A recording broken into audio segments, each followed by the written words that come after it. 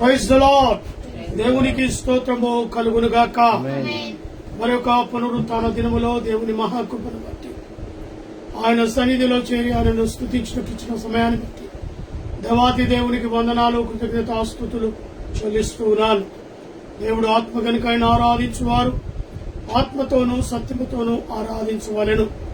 ప్రత్యేకంగా Lent days లో ఉంటున్న మనము మొదటి పునరుత్థాన దినములో దేవుడు మనల్ని ప్రవేశపెట్టి ఆయన సన్నిధిలో గడపడానికి ఇచ్చిన తరుణాన్ని బట్టి దేవునికి కృతజ్ఞతలు తెలియజేస్తూ ఉన్నాను. భక్తుడైన దావీదు మాటలను నెమరు వేసుకుందాం. నా ప్రాణమా యెహోవాను సన్నుతించుము, నా అంతరంగములో ఉన్న సమస్తమా ఆయన పరిశుద్ధ నామమును సన్నుతించు. నా ప్రాణమా యెహోవాను సన్నుతించుము, ఆయన చేసిన ఉపకారములో దేనిని మరువకు. సమస్త దేశములారా యెహోవాకు ఉత్సాహధ్వని చేయుడి, సంతోషముతో యెహోవాను సేవించుడి. ఉత్సాహ గానము చేయుచు ఆయన సన్నిధికి రండి. యెహోవాయే దేవుడని తెలుసుకునుడి. ఆయనే మనలను పుట్టించును, మనము ఆయన వారు. మనము ఆయన ప్రజలము, ఆయన మేపు గొర్రెలము. కృతజ్ఞత అర్పణలు చెల్లించుచు ఆయన గుమ్మములో ప్రవేశించుడి. కీర్తనలు పాడుచు ఆయన ఆవరణములో ప్రవేశించుడి. ఆయనను స్తుతించుడి, ఆయన నామమును గణపరచుడి. యెహోవా దయాళుడు, ఆయన కృప నిత్యముండును, ఆయన సత్యము తరతరములు ఉండును. యెహోవా దయాళుడు, ఆయనకు కృతజ్ఞతాస్తుతులు చెల్లించుడి. ఆయన కృప నిరంతరముండును. దేవదేవునికి కృతజ్ఞతాస్తుతులు చెల్లించుడి. ఆయన కృప నిరంతరముండును. మన పాపములను ప్రభు సన్నిధిలో ఒప్పుకుందాం. మా తండ్రి అయిన దేవా, మేము నీకు విరోధముగా తలంపు చేతను, మాట చేతను, కర్మ చేతను పాపము చేసితిమి.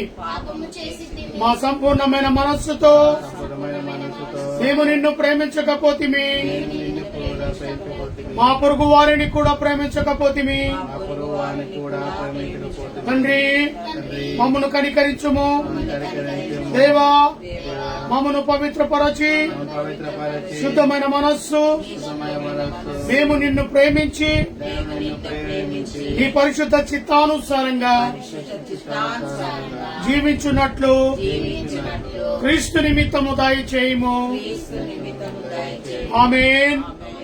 ప్రార్థన చేసుకుందాం. తలలో ఉంచుకొని కృపా సత్య సంపూర్ణమైన మా యేసు ప్రభువా, నీ పాదాలకు వందనాలునైనా. ప్రత్యేకమైన రోజుల్లో 40 దినాలు నువ్వు పడిన శ్రమలను బట్టి, ఆ శ్రమ ధ్యానాల్లో ఉంటున్న ఆత్మీయ బిడ్డలను బట్టి నీ సన్నిధిలో ప్రార్థిస్తున్నా. ఈ లెంట్ డేస్ లో, ఈ శ్రమ దినాల్లో మా యొక్క మనోనేత్రాలను తెరవండి. నీకు సమీపముగా నీ వాక్కు ద్వారా, నీ ప్రార్థన ద్వారానైనా మేము నీ సన్నిధికి చేరులాగున, నీ సన్నిధిలో గడిపేలాగున ఎక్కువ సమయము నీ పాదాల చెంతలో మేముండులాగున సహాయం దయచేయండి. ఇది మొదలుకొని నీ పిలుపు అందుకున్నంత వరకు కూడా నైనా నీ కృపలో మమ్మల్ని ఆదరించండి, కాపాడండి, సంరక్షించండి, పోషించండి అని ప్రార్థిస్తున్నాం. ఆయా సంఘాల్లో ప్రభు నిన్ను స్తుతిస్తూ ఆరాధిస్తుండగా ఆ సంఘాల్లో నీ తోడుండని, దైవజనులను అభిషేకించండి. చక్కటి వర్తమానాన్ని బిడ్డలకు కావలసిన వాక్కును పంచిపెట్టులాగున అయా మీరే బిడ్డలతో మాట్లాడండి. బేతేలు కృష్ణంగా ఫేస్బుక్ లైవ్ ద్వారా ఈ యొక్క ఆరాధనలో పాలు పంపులు పొందుతున్న ప్రతి బిడ్డను, మాతో పాటు కూడి వచ్చిన బిడ్డలను ప్రత్యేకంగా మీరు జ్ఞాపకం చేసుకోమని మా స్తుతులకు ఆరాధన పల్లకిలో మీరు మా మధ్యలో ఉండి ఆరాధనను జరిగించి ఆయా పాటల ద్వారా, వాక్యము ద్వారా మీరే మహిమ పొందండి. మాట్లాడేది నేను కాదు, నాలో నీ పరిశుద్ధాత్మ నుంచి మాట్లాడుటకు సహాయాన్ని దయచేయండి. ఒక ఆరాధన అంతటిలో ప్రభు మీరే మా మధ్య నుండి జరిగించి ఘనత, మహిమ, ప్రభావాలు పొందుకో. యేసు నామములు అడిగి వేడుకుంటున్నాను తండ్రి, ఆమేన్. దయచేసి పాటలు పాడుకుందాం. ఆశ్చర్యమైన ప్రేమ, కల్వరిలోని ప్రేమ అని పాటలు పాడుకుందాం. ఆశ్చర్యమైన ప్రేమ, కల్వరిలోని ప్రేమ, మరణము కంటే బలమైన ప్రేమది నన్ను జయ ప్రేమ. ఆశ్చర్యమైన ప్రేమ, పరమును వీడిన ప్రేమ, ధరలో పాపిని వెదకిన ప్రేమ, పరమును వీడిన ప్రేమ, ధరలో పాపిని వెదకిన ప్రేమ, నన్ను కరుణించి ఆదరించి సేదాదిచి నిత్య జీవమిచ్చి, నన్ను కరుణించి ఆదరించి సేదాదిచి నిత్య జీవమిచ్చి, ఆశ్చర్యమైన ప్రేమ, కల్వరిలోని ప్రేమ, మరణము కంటే బలమైన ప్రేమది నన్ను జయించని ప్రేమ. ఆశ్చర్యమైన ప్రేమ, పావన యేసుని ప్రేమ, సిలువలో పాపిని మోసిన ప్రేమ, పావన యేసుని ప్రేమ, సిలువలో పాపిని మోసిన ప్రేమ, నాకై మరణించి జీవమిచ్చి జయమిచ్చి తన మహిమనిచ్చి, నాకై మరణించి జీవమిచ్చి జయమిచ్చి తన మహిమనిచ్చి, ఆశ్చర్యమైన ప్రేమ, కల్వరిలోని ప్రేమ, మరణము కంటే బలమైన ప్రేమది నన్ను జయించని ప్రేమ. ఆశ్చర్యమైన ప్రేమ, శ్రమలు సహించిన ప్రేమ, నాకై శాపములోచిన ప్రేమ, శ్రమలు సహించిన ప్రేమ, నాకై శాపములోచిన ప్రేమ, విడనాడని ప్రేమది ఎన్నడూ ఎడబాయదు, విడనాడని ప్రేమది ఎన్నడూ ఎడబాయదు.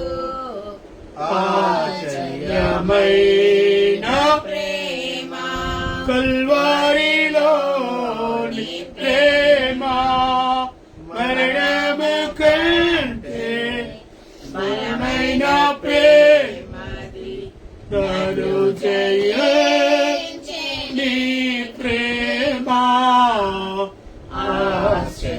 ఆశ్చర్యమైన ప్రేమ నా స్థితి చూచిన ప్రేమ నాపై జాలిని చూపిన ప్రేమ నా స్థితి చూచిన ప్రేమ నాపై జాలిని చూపిన ప్రేమ నాకై పరుగెత్తి కౌగలించి దాడి కన్నీటిని తుడిచి నాకై పరుగెత్తి కౌగలించి మూడాడి కన్నీటిని తుడిచే ఆశ్చర్యమైన ప్రేమ కల్వరిలోని ప్రేమ మరణము కంటే బలమైన ప్రేమది నన్ను జయించే నీ ప్రేమ ఆశ్చర్యమైన ప్రేమ హల్లెలూయా. దాని కింది పాట ఎందుకో నన్నింతగా నీవు ప్రేమించితివో దేవా అందుకు నా స్తుతి పాత్ర హల్లెలూయా యేసయ్యా హల్లెలూయా యేసయ్యా నా పాపము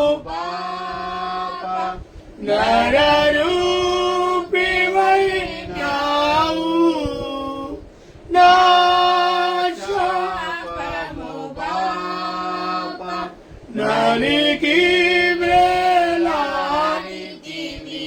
నాకు చాలిన దేవుడవు నీవే నా స్థానములో నీవే నాకు చాలిన దేవుడవు నీవే నా స్థానములో నీవే హల్లెలూయా యేసయ్యా హల్లెలూయా యేసయ్యా నీ రూపము నాలో నిర్మించియున్నావు నీ పోలికలోని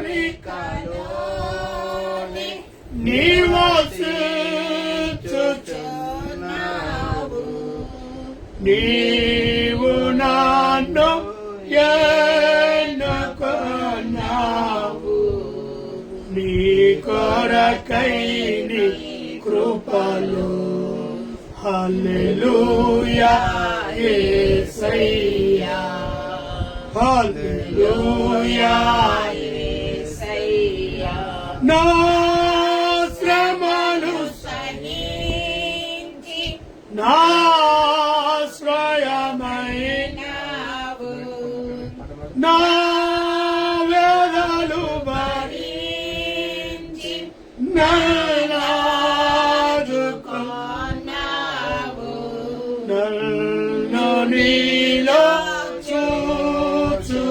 చూచుకున్నావు నన్ను దాచియున్నావు హల్లెలూయా యేసయ్యా హల్లెలూయా యేసయ్యా నీ సన్నిధి నాలో నా సర్వస్వము నీలో నీ సంపద నాలో నా సర్వస్వము నీలో నీవు నేను ఏకమగు వరకు నన్ను విడువా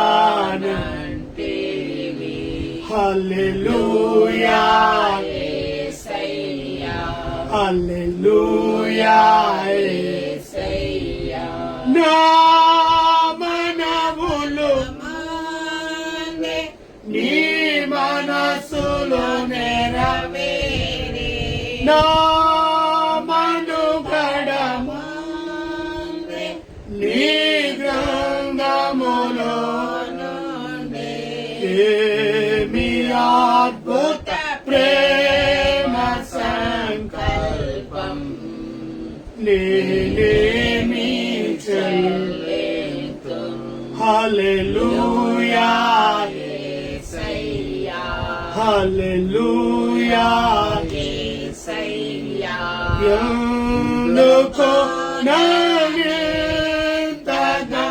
నీవు ప్రేమించితివో ఓ దేవా అందుకో నాది నా స్తుతి పాత్ర హల్లెలూయా యేసయ్యా హల్లెలూయా యేసయ్యా హల్లెలూయా. చివరిగా 511 సిలువ చెంత చేరిన నాడు కలుషములను కడిగి వేయు సిలువ చెంత చేరిన నాడు కలుషము కడిగి వేయు పౌలు వాలెను శిలా వలెను సిద్ధపడిన భక్తుల చూచి పౌలు వాలెను శిలా వాలెను సిద్ధపడిన భక్తుల జూచి సిలువ చెంత చేరిన నాడు కలుషములను కడిగి వేయు కొండాలాంటి బండాలాంటి మొండి హృదయం మండించును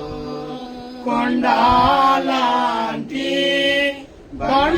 బండాలాంటి మొండి హృదయం మండించును అడియోనా పాపులనైనా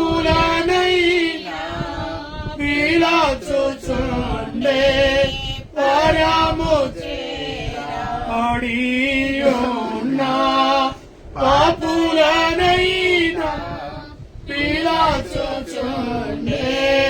పరము చేరా సిలువ చెంత చేరిన నాడు కలుషములను కడిగి వేయు 100 గొర్రెల మందలో నుండి ఒకటి తప్పి ఒంటరియాయి 100 గొర్రెల మందలో నుండి ఒకటి తప్పి ఒంటరియాయే 99 గొర్రెల విడచి ఒంటరి అయినా గొర్రెను వెదకే 99 గొర్రెల విడచి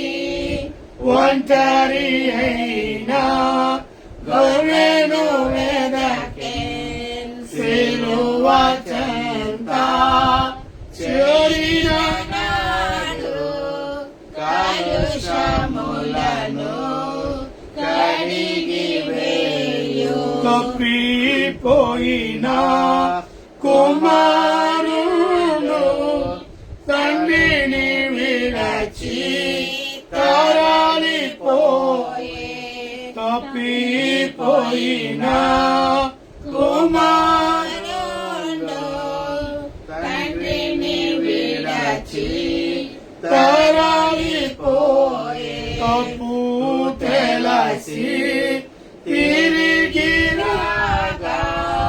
తండ్రి అతని చేర్చుకొనెను. తప్పియు తెలిసి తిరిగి రాగా తండ్రి అతని చేర్చుకొనెను.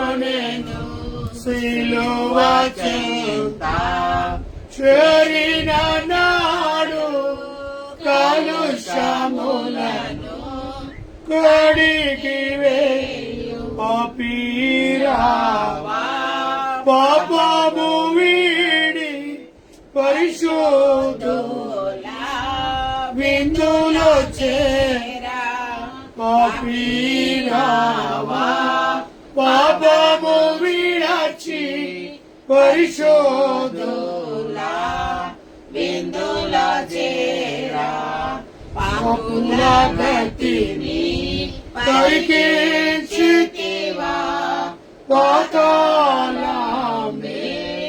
వారి అంతం.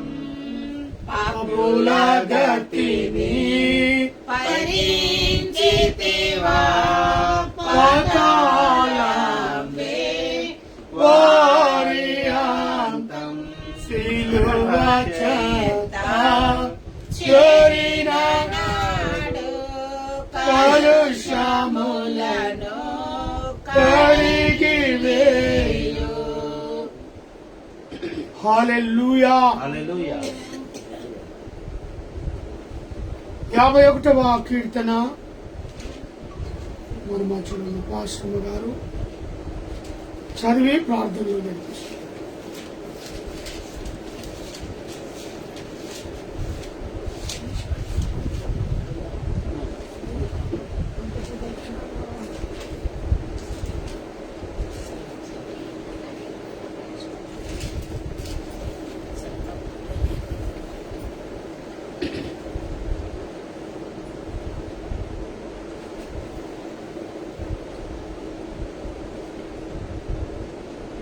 దావీదు రాసిన కీర్తనలు 51వ అధ్యాయము 1 నుండి 19 వచనములు చదువు. దేవా, నీ కృప చొప్పున నన్ను కరుణింపుము. నీ వాత్సల్య బాహుల్యము చొప్పున నా అతిక్రమములను తుడిచివేయుము. నా దోషము పోవునట్లు నన్ను బాగుగా కడుగుము. నా పాపము పోవునట్లు నన్ను పవిత్రపరచుము. నా అతిక్రమములు నాకు తెలిసే ఉన్నవి. నా పాపము ఎల్లప్పుడూ నా ఎదుటనున్నది. నీకు కేవలము నీకే విరోధముగా నేను పాపము చేసి ఉన్నాను. నీ దృష్టి ఎదుట నేను చెడుతనము చేసి ఉన్నాను. కావున ఆజ్ఞ ఇచ్చినప్పుడు నీవు నీతిమంతుడుగా అగబడుదు. తీర్పు తీర్చినప్పుడు నిర్మూలుడుగా అగబడుదు. నేను పాపములో పుట్టినవాడను. పాపములోనే నా తల్లి నన్ను గర్భమున ధరించెను. నీవు అంతరంగములో సత్యము కోరుచున్నావు. అంతర్యమును నాకు జ్ఞానము తెలియజేయదు. నేను పవిత్రుడన అగునట్లు ఇస్సోపుతో నా పాప పరిహారింపును. హిమము కంటే నేను తెల్లగా నుండునట్లు నీవు నన్ను కడుగుము. ఉత్సాహ సంతోషములు నాకు వినిపింపును. అప్పుడు నీవు విరిచిన ఎముకలు హర్షించును. నా పాపములకు విముఖుడవు కమ్ము. నా దోషములన్నిటినీ తుడిచివేయుము. దేవా, నాయందు శుద్ధ హృదయము కలుగజేయుము. నా అంతరంగములో స్థిరమైన మనసును నూతనముగా పుట్టించుము. నీ సన్నిధిలో నుండి నన్ను త్రోసివేయకుము.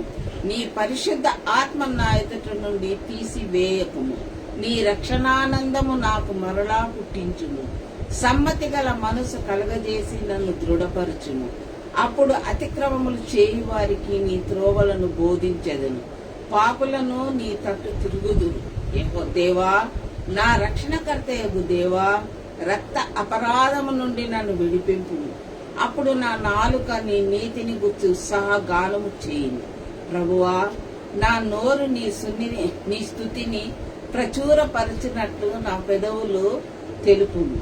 నీవు బలిని కోరువాడవు కావు. కోరినేడలా నేను అర్పించుదును. దహన బలి నీకు ఇష్టమైనది కాదు. విరిగిన మనసే దేవునికి ఇష్టమైన బలులు. దేవా, విరిగి నలిగి హృదయములు నీవు లక్ష్యము చేయవు.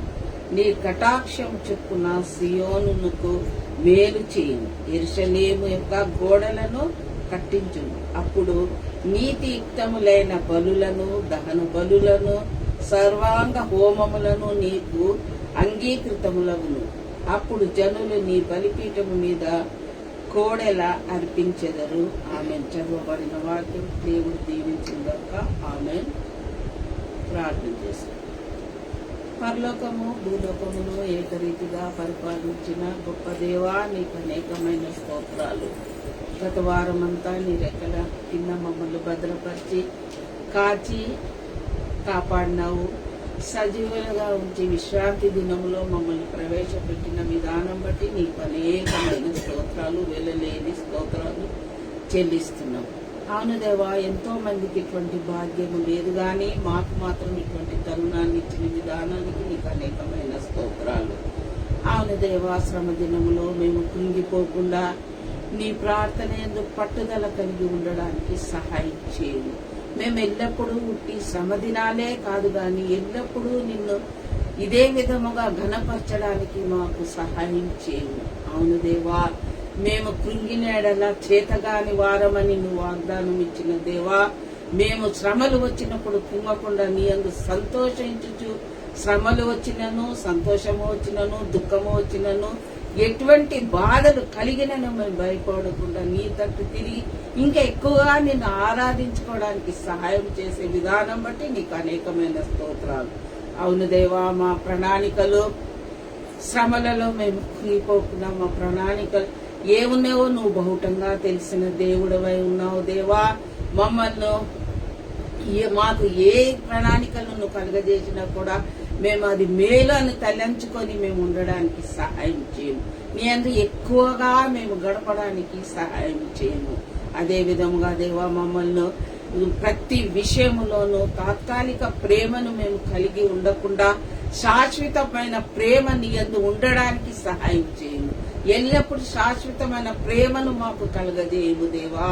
తాత్కాలిక ప్రేమ నీ యందు మా యందు ఉండేలా నువ్వు దాన్ని తీసివేయము దేవా.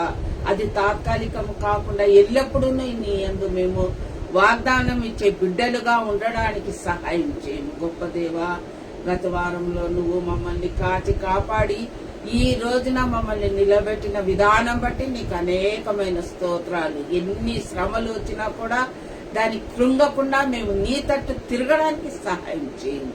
అదే విధముగా దేవా, గత వారం దాసుడు ప్రసంగము చెప్పిన విధానముగా ప్రతి ఒక్కళ్ళు ఇప్పుడైతే ఏ వాక్యం అయితే లైవ్ ద్వారా జనాలకు చెప్పుచున్నారో ఆ విధాన్ని బట్టి నీవు ఆయన నోటి నువ్వు కూరగా వాడుకున్న విధానం బట్టి కూడా నీకు అనేకమైన స్తోత్రాలు.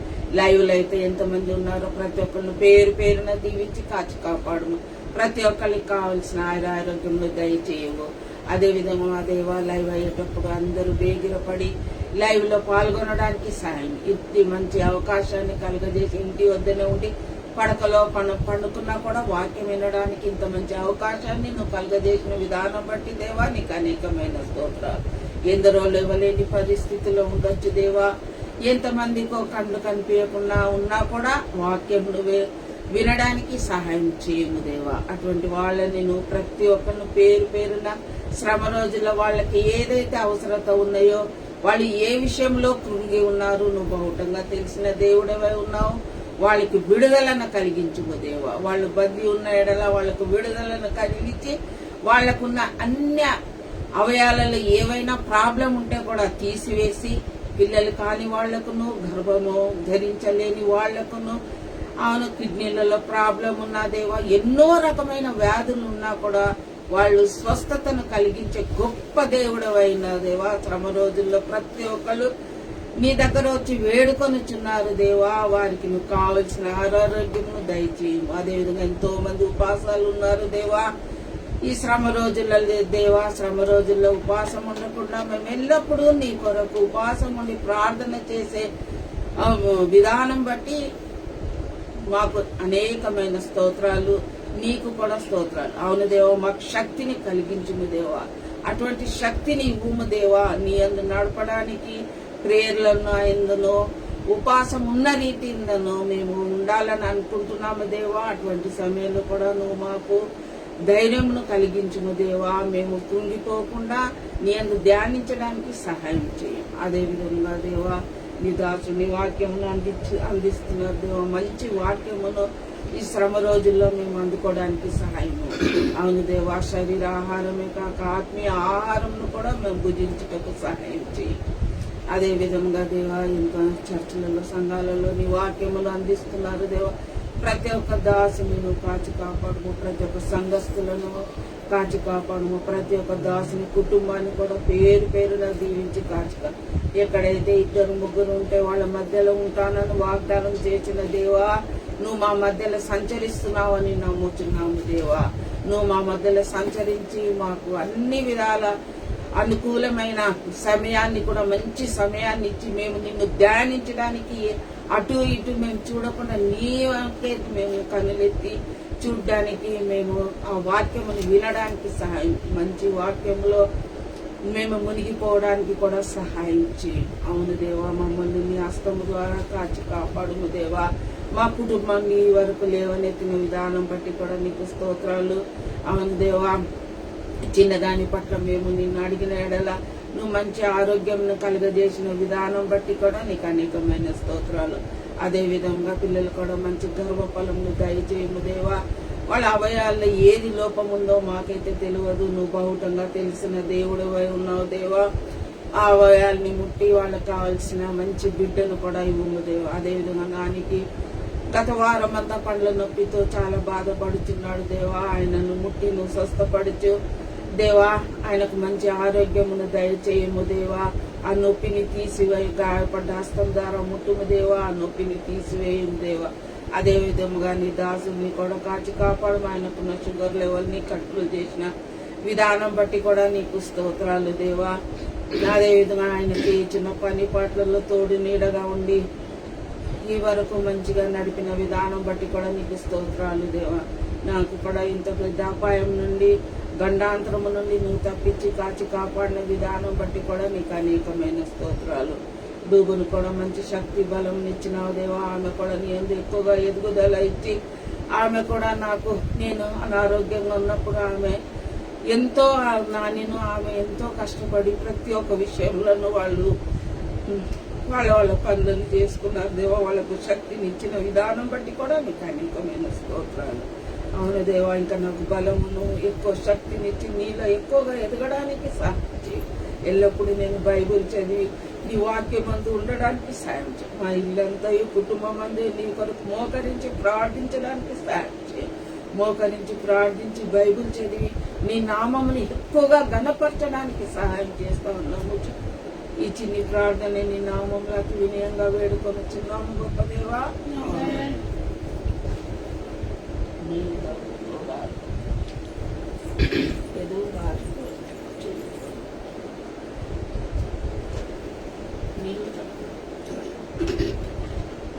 దేవునికి స్తోత్రము కలుగును గాక. చక్కటి వాక్యాన్ని చదివి ప్రార్థనలో నడిపించిన పాస్టర్లను బట్టి వందనాలు తెలియజేస్తున్నాను. ప్రత్యేకంగా ఇప్పుడు మార్కు సువార్త 1వ అధ్యాయం.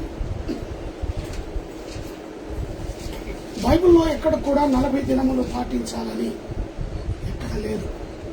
కానీ దేవుని మహా ఉచితమైన కృపను బట్టి దేవుని సన్నిధిలో పరిశుద్ధంగా, పవిత్రంగా దేవుని కొరకు ఈ లోకములో వాడబడాలి అంటే ఇలాంటి శ్రమ దినాలను మనము నెమరవేసుకుంటూ అట్టి అనుభవములో మనము జీవించినట్లయితే లోకాన్ని జయిస్తాం.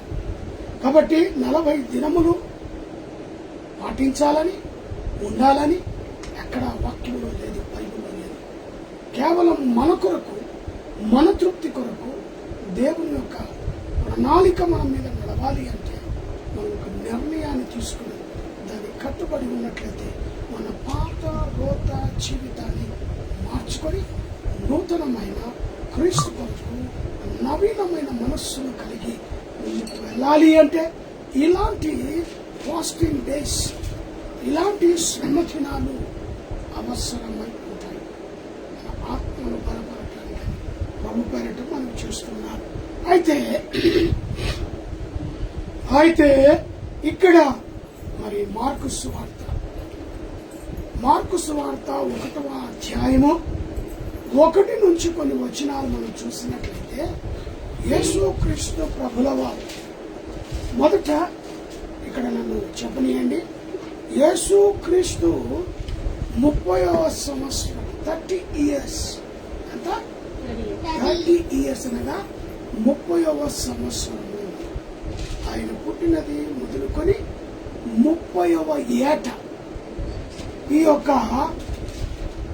సువార్త ఆరంభం ఎవరిది? ఇక్కడ అదే మాటను మనం చదువుకుంటాం. దేవుని కుమారుడైన యేసు క్రీస్తు సువార్త ఆరంభం. ఎప్పుడైంది ఆరంభం? యేసు వయసు ఎప్పుడు? అంతా 30వ ఏట యేసు క్రీస్తు దేవుని యొక్క కుమారుడిగా ఆయన వచ్చిన ప్రణాళిక, పంపబడిన ప్రణాళిక సువార్త విషయంలో ఆరంభించాం. మార్కు సువార్తలో ఆ యొక్క వర్తమానాన్ని మనం చదువుతున్నాం. ఇదిగో నా దూతను నీకు ముందుగా, ఎవరంటున్నారు ఇది మాట? తండ్రి అయిన దేవుడు. ఎవరంటున్నారు? తండ్రి అయిన దేవుడు కుమారుని గురించి మాట్లాడుతున్నాడు, క్రీస్తు గురించి మాట్లాడుతున్నాడు. దేవుని కుమారుడైన యేసు క్రీస్తు గురించి తండ్రి అయిన దేవుడు మాట్లాడుతున్నాడు. ఏమంటో తెలుసా? ఇదిగో నా దూతను నీకు ముందర, అతడు నీ మార్గములను స్థిరపరచు, ప్రభు మార్గములను స్థిరపరచుడు, ఆయన త్రోవలను సరాలము చేయడని అరణ్యములో కేకలు వేయుచున్న ఒకని శబ్దం. దేవునికి మహిమ కలుగుగాక. వర్తమానం ఏంటో తెలుసా? క్రీస్తు కొరకు ముందుగానే దేవుని యొక్క ప్రణాళిక, తండ్రి అయిన దేవుని ప్రణాళిక. యోహాను గారిని క్రీస్తు కంటే ముందుగా ఈ లోకానికి దూతగా పంపించాడు. యోహాను సువార్త ప్రకటిస్తున్నాడు. దేవుని కొరకు మార్గములను స్థిరపరుస్తూ, త్రోవలను సరిచేస్తూ, ఆయన కేకలు, అరణ్యములో కేకలు వేస్తూ అనేకులకు బాప్తిసము అని ప్రవక్త అయిన యెషయా చేత ఏం చేస్తున్నాడు? ఈ యెషయా గ్రంథం ఎప్పుడు వచ్చింది? యెషయా గ్రంథములో రాయబడినది మార్కు సువార్తలోని విషయాలు యెషయా గ్రంథములో ఎప్పుడు తెలియపరిచినది అంటే యెషయా గ్రంథం 40వ అధ్యాయం 3వ వచనం. యెషయా గ్రంథం ఇప్పుడు చదవండి. యెషయా గ్రంథం 40వ అధ్యాయం 3వ వచనం. ఆలకించుడి, ఆలకించుడి, అడవిలో ఒకడు ప్రకటించుచున్నాడు.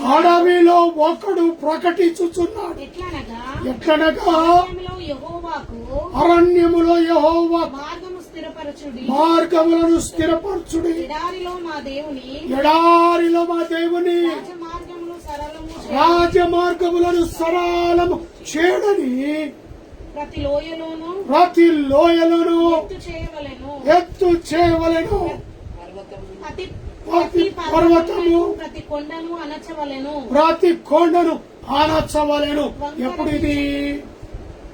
యేసు క్రీస్తు ఈ లోకానికి రాకమునుపు 700-800 సంవత్సరాల పూర్వం, ఎప్పుడట 700-800 సంవత్సరాల పూర్వమే యెషయా భక్తుని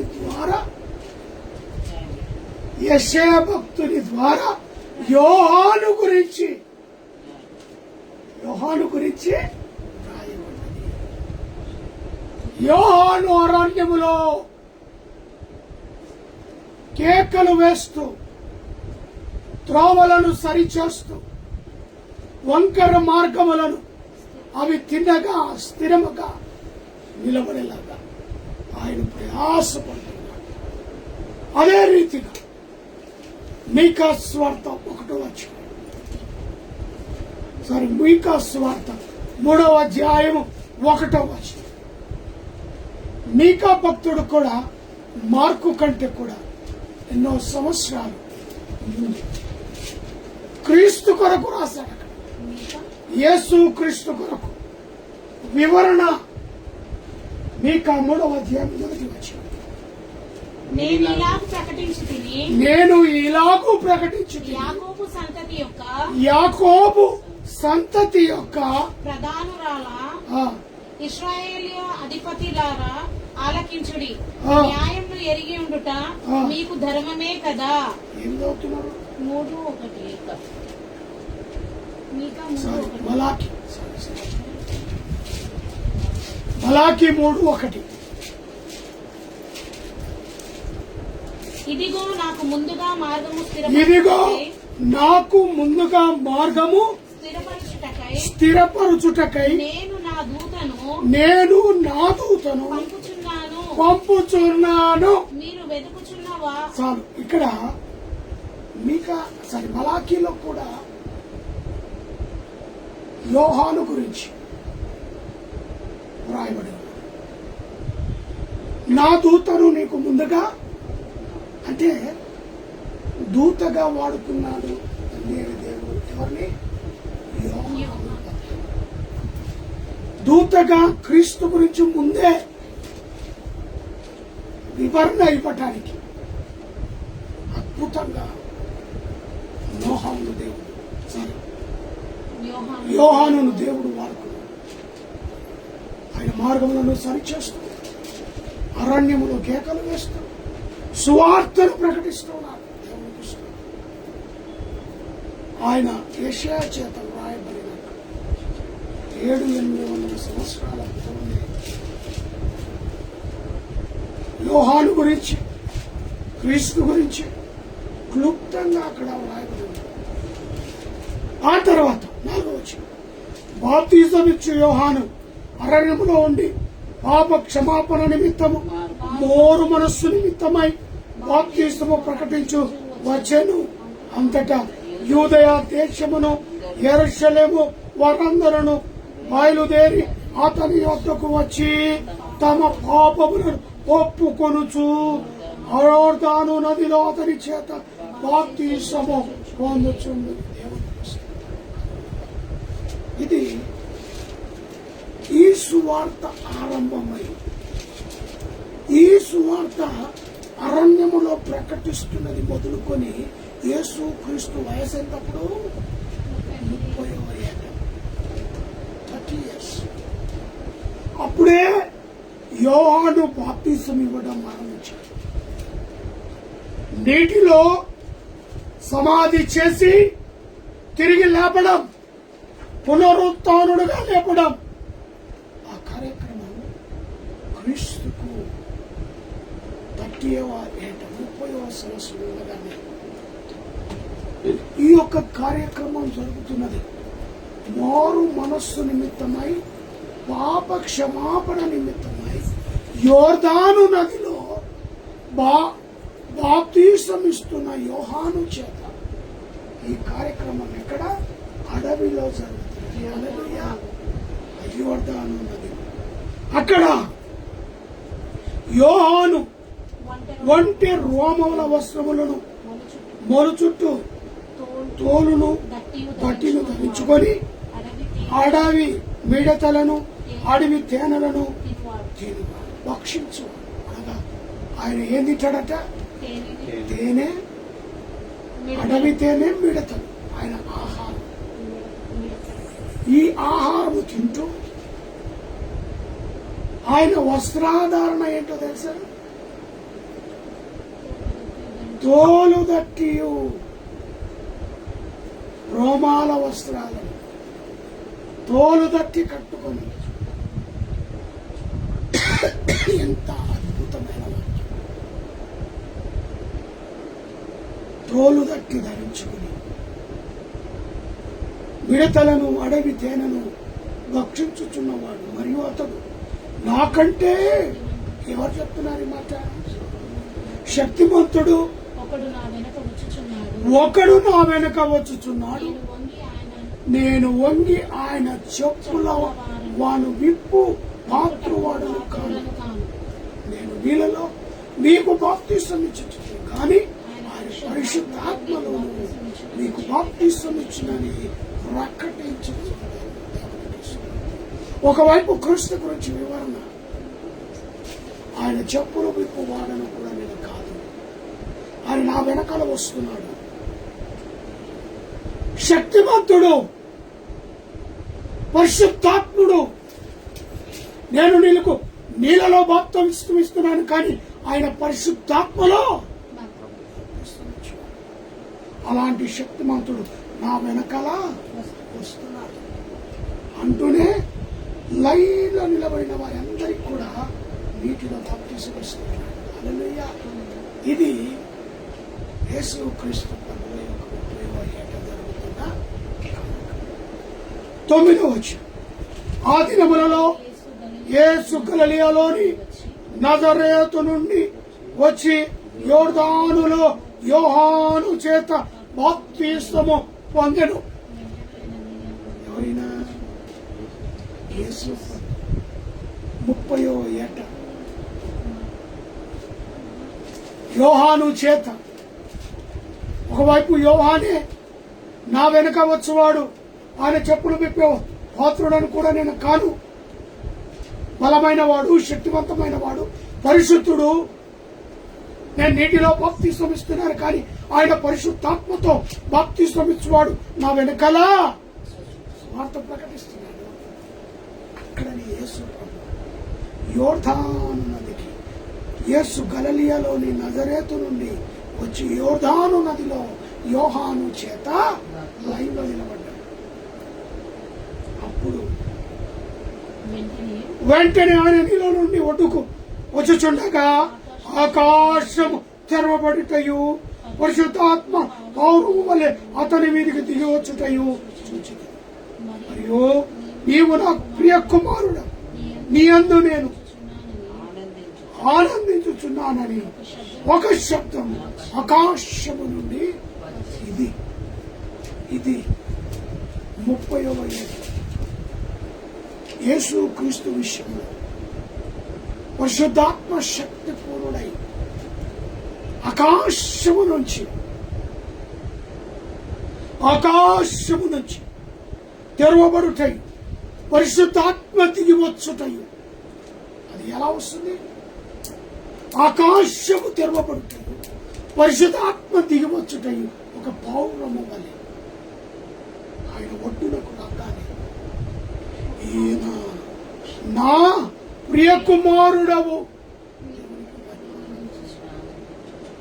ఈయన నా ప్రియ కుమారుడవు,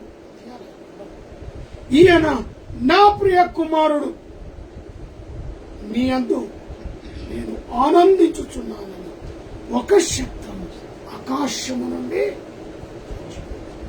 ఇది యేసు క్రీస్తు ప్రభువుకు 30వ ఏట జరిగిన అద్భుతం. హల్లెలూయా. ఆకాశము నుంచి పరిశుద్ధాత్మ శక్తి మరణవచ్చు. వెంటనే పరిశుద్ధాత్మ ఆయనను అరణ్యములోనికి. ఇది ఈ లెంట్ డేస్ కు సాదృశ్యంగా తీసుకుంటున్నాం. యేసుక్రీస్తు ప్రభు ఎప్పుడు అరణ్యములోనికి వెళ్ళాడు అనేది మనం గమనిస్తే 30వ ఏట. ఎప్పుడు? పరిశుద్ధాత్మ శక్తి ద్వారా యేసు ప్రభు నింపబడినప్పుడు వెంటనే ఒకసారి మత్తయి సువార్త 4వ అధ్యాయం మొదటి వచనం. అప్పుడు యేసు అపవాది చేత శోధింపబడుటకు ఆత్మ వలన అరణ్యములకు. ఇది యేసు క్రీస్తు ప్రభు యొక్క వయస్సు 30వ ఏట. అప్పుడు ఆ అరణ్యములోనికి ప్రభువును తీసుకొని వెళ్ళింది. ఇక్కడ మార్కు సువార్త బాప్తిసము తీసుకున్న యేసు ప్రభు మీద పరిశుద్ధాత్మ దేవుని సన్నిధి దిగి వచ్చినాక పరిశుద్ధాత్మ వెంటనే పరిశుద్ధాత్మ ఆయనను ఎక్కడికి తీసుకెళ్ళింది? అరణ్యంలో అరణ్యంలోనికి తీసుకెళ్ళి అటు ప్రేరేపించను. ఆయన సాతాను చేత శోధింపబడుచు అరణ్యములో 40 దినములు అడవి మృగములతో కూడా ఉండెను. మరియు దేవదూతలు ఆయనకు పరిచర్య చేయుచుండిరి. ఇది 40 దినాల యొక్క ప్రస్తావన. అరణ్యములోనికి కొనిపోయిన తర్వాత దేవదూతల చేత అతడు అడవి మృగముల మధ్యలో కూడా మరి దేవదూతలు ఆయనకు పరిచర్య చేయించున్నారు. ఆయన ఒంటరి కాదు, దేవదూతల చేత అరణ్యములో ఉన్నాడు. సాతాను చేత శోధింపబడ్డాడు. అది 30వ ఏట అదే శోధన. మత్తయి సువార్త 4వ అధ్యాయంలో కింది వచనాలను చదువు. 40 దినములు 40 రాత్రములు 40 దినములు 40 రాత్రులు ఉపవాసముండిన పిమ్మట ఆయన ఆకలి కొనగా ఆయన ఏమైంది? ఆకలి కొనగా ఆకలి కొన్నాడు. మానవుడుగా ఉన్నాడు. రక్త మాంసములు కలిగిన వాడుగా ఉన్నాడు. ఆకలి అనేది సహజమే.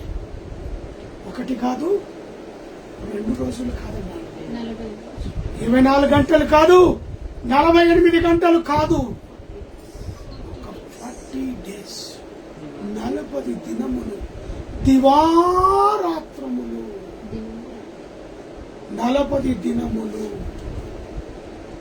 యేసుక్రీస్తు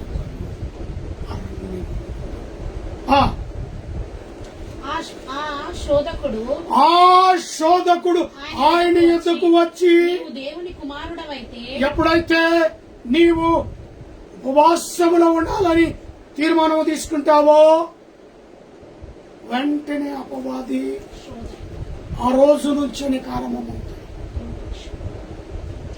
సాక్షాత్తు దేవుని కుమారుడైన యేసు క్రీస్తునే విడిచిపెట్టలేదు. నువ్వెంత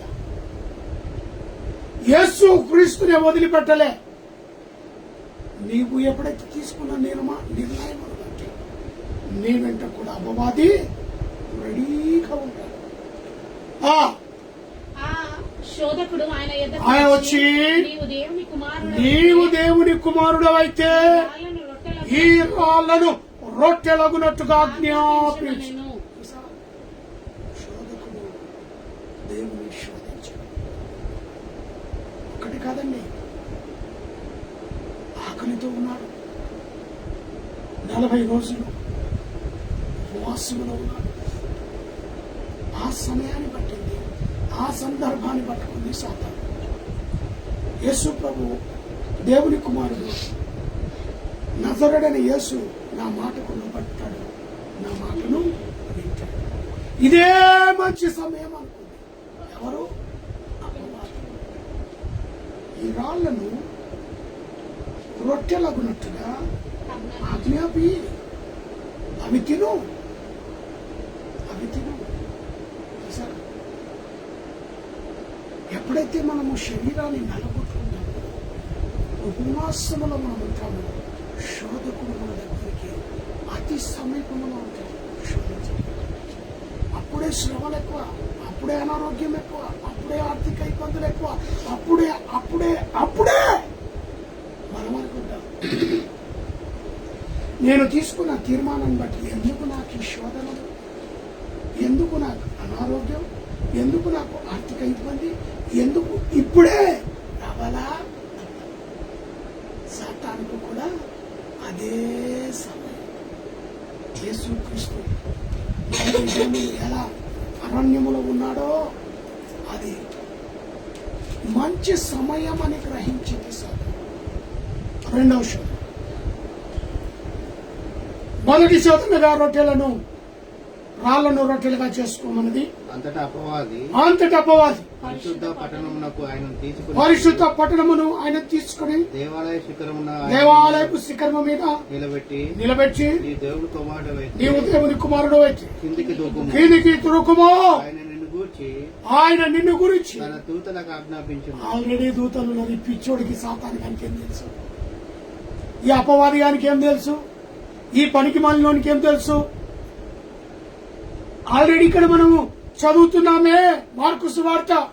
ఎక్కడైతే ఆరంభం అయ్యిందో సువార్త, ఎక్కడైతే యేసుక్రీస్తు ప్రభు బాప్తిజం తీసుకున్నాడో, ఎక్కడైతే ఆయన ఆ బాప్తిజం చేత నింపబడ్డాడో, పరిశుద్ధాత్మ శక్తిని పొందుకొని అరణ్యములకు కొనిపోబడ్డాడో, అక్కడనే వ్రాయబడ్డది 40 దినములు అరణ్య మృగములతో కూడా ఉండెను, మరియు దేవదూతలు ఆయనకు పరిచర్య చేయుచుండిరి. ఇంత క్లియర్ గా ఈడ ఉంటే వాడొచ్చాడు, ఇంకే దుంకయ్యా నీ తండ్రి నిన్ను గురించి దూతలకు ఆజ్ఞాపిస్తాడు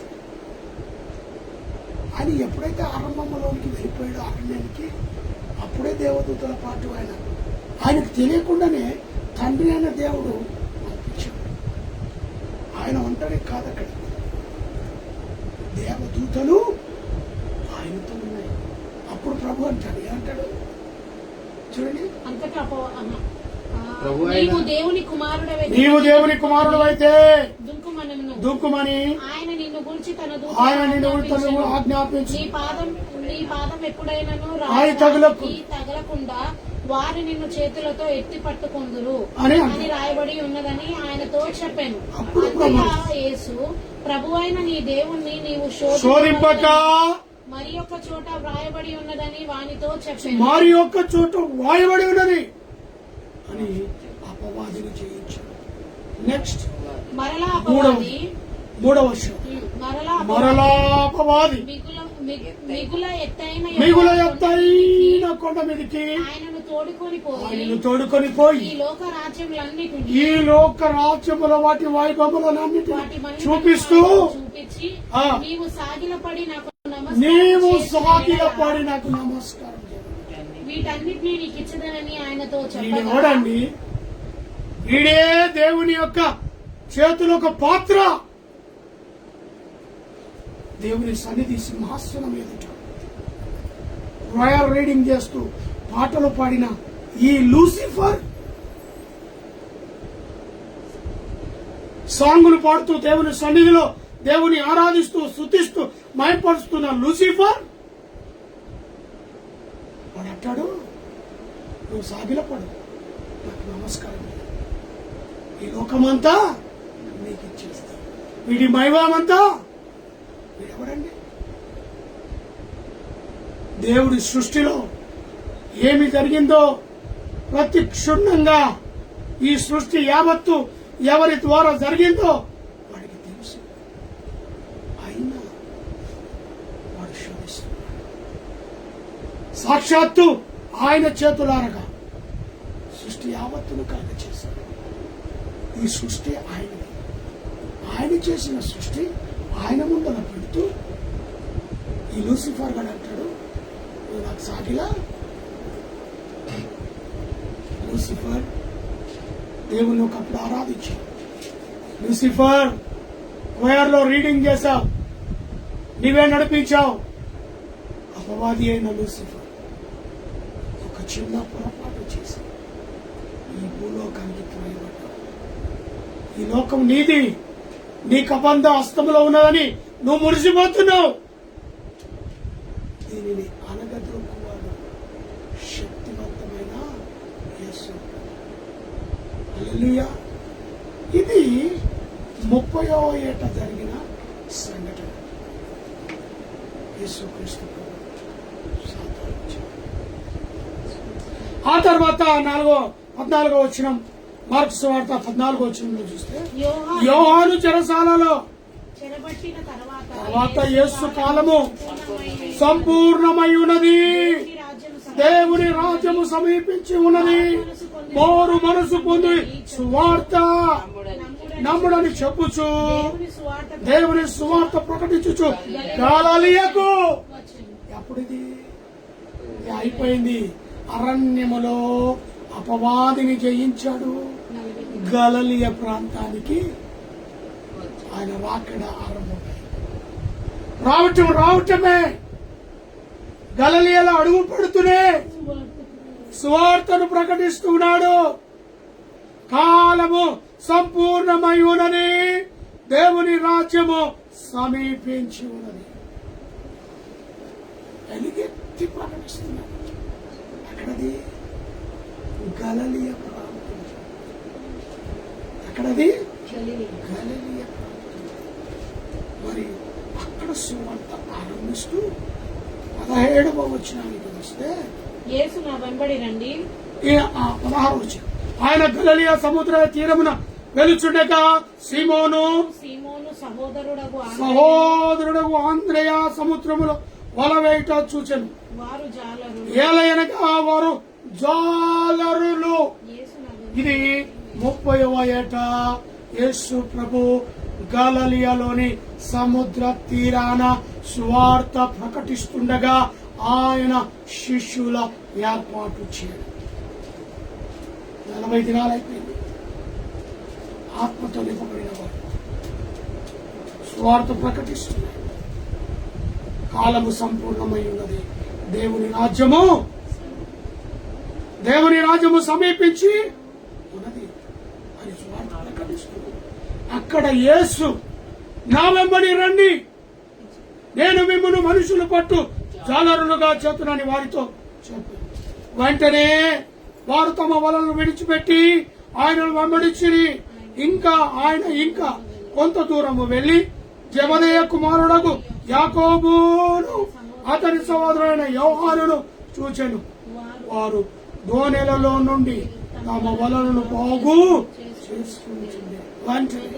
ఆయన వారిని పిలవగా వారు తమ తండ్రి అయిన జెబెదయి జీత గాళ్ల వద్ద దోణెలలో విడిచిపెట్టి ఆయనను వెంబడించారు. దేవుని కోసం ఇప్పుడు 12 మంది శిష్యులను ఏర్పాటు చేసుకుంటున్నారు. ఈ 12 మంది శిష్యులను ఏర్పాటు చేయక మునిపే 40 రోజులైన ఇది స్టెప్ బై స్టెప్ మీకు అర్థం కావాలని చెప్తున్నా. కాబట్టి నా ప్రియ సహోదరి సహోదరుడు, ఈరోజు 40 రోజులు ఉపవాసం ఉన్నవారు నెక్స్ట్ నువ్వు చేయాల్సిన కార్యం ఏంటి తెలుసా? ఆయన శిష్యులలో నువ్వు ఒకడుగా పరిచయం చేయాలి. హల్లెలూయా. కేవలం ఏదో లోకం ఉంటుంది, సంఘం ఉంటుంది, నా చుట్టుపక్కల వాళ్ళు ఉంటున్నారు, నా రక్త సంబంధం ఉంటుంది, నా స్నేహితులు ఉంటున్నారు, నేను ఉండాలి అనే ఉద్దేశంతో ఉండవాలి. అలా ఉంటే నీ ఉపవాసమే దేవునికి అక్కర్లేదు. యేసుక్రీస్తు ప్రభు శక్తివంతుడైనాక ఆయన సువార్త ప్రకటించడం ఆరంభించినాక ఆటోమేటిక్ గా ఆయన శిష్యుడు గమనించాడు. అలాగా నువ్వు కూడా పరిశుద్ధాత్మ శక్తి ద్వారా ఆయన త్రోవలను సరళం చేస్తూ, ఆయన త్రోవలంటే ఏంటి? నీ జీవితంలో ఉన్న యేసు అనుకూలము లేని జీవితాన్ని త్రాగుబోతుగా, తిరుగుబోతుగా, వ్యభిచారిగా, దొంగగా, దోపిడిగా నీలో ఉన్న భయంకరమైన స్థితి ఈ లోకానికి సంబంధించి వాటిని విడిచిపెట్టి నిజమైన ఉపవాసంలో నువ్వు ఉండినట్లయితే ప్రభు నీతో మాట్లాడి నిన్ను తన పాత్రగా నిలబెడతాడని ప్రభు పేరట మనవి చేస్తూ ఈ నా మాటలు నేను ముగిస్తున్నానని ప్రార్థన చేసుకున్నాను.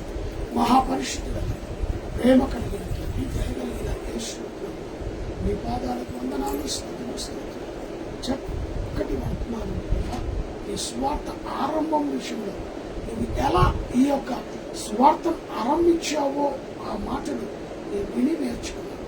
ప్రత్యేకంగా ఈ సమయం విత్తబడిన వాక్యం ప్రతి హృదయంలో నీరు కట్టి ఫలింప చేయలేదు.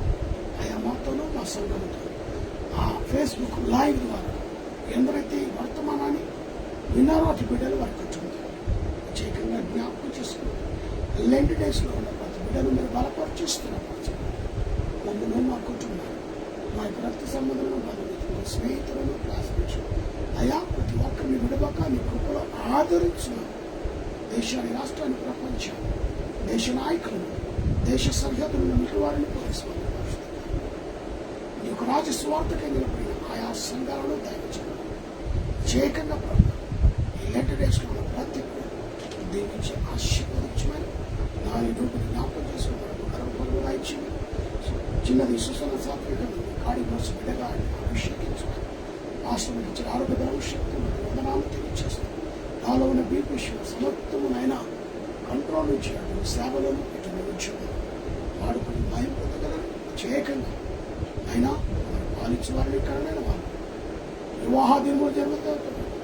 హార్ట్ లివర్ కిడ్నీ మొక్కాలను పోతారు, అరికాలను పోతారు, బీపీ షుగర్లకు జరుగుతారు. బాధపడుతున్న వారికి స్వస్థత విడుదల యేసునామమున కలుగునుగా. కానీ నా యొక్క నైనా మరి మామలను బట్టి అన్నను వదినను బట్టి ప్రార్థిస్తాను. మన ఆరోగ్యంలో బిడ్డలు స్వస్థపరచు యేసునామమున అడిగాను. లోకమందున మాత్రమే నీ రాజ్యము నీ చిత్తం మాకు కావాల్సిన ఆరు దయచేయండి. ఆరుల ప్రకారం క్షమించండి. మమ్మల్ని శోధనతో కాకండి. ఎందుకనగా రాజ్యము వరము మహిమ నిరంతరం మన తండ్రి అయిన దేవుని ప్రేమ కుమారుడైన యేసుక్రీస్తు కృప శుద్ధాత్మకను సహాయం ఆయన సన్నిధి నేను మనకు సకల ఎప్పుడు నువ్వు ఎల్లప్పుడు సదాకాలము తోడై ఆమేన్.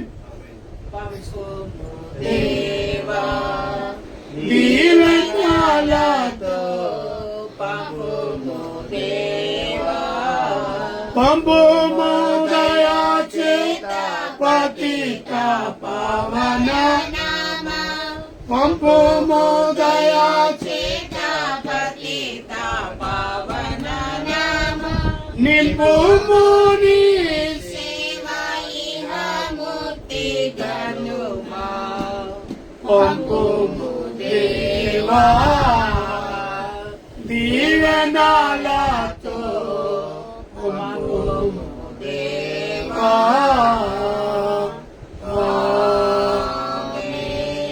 Praise the Lord. Hallelujah.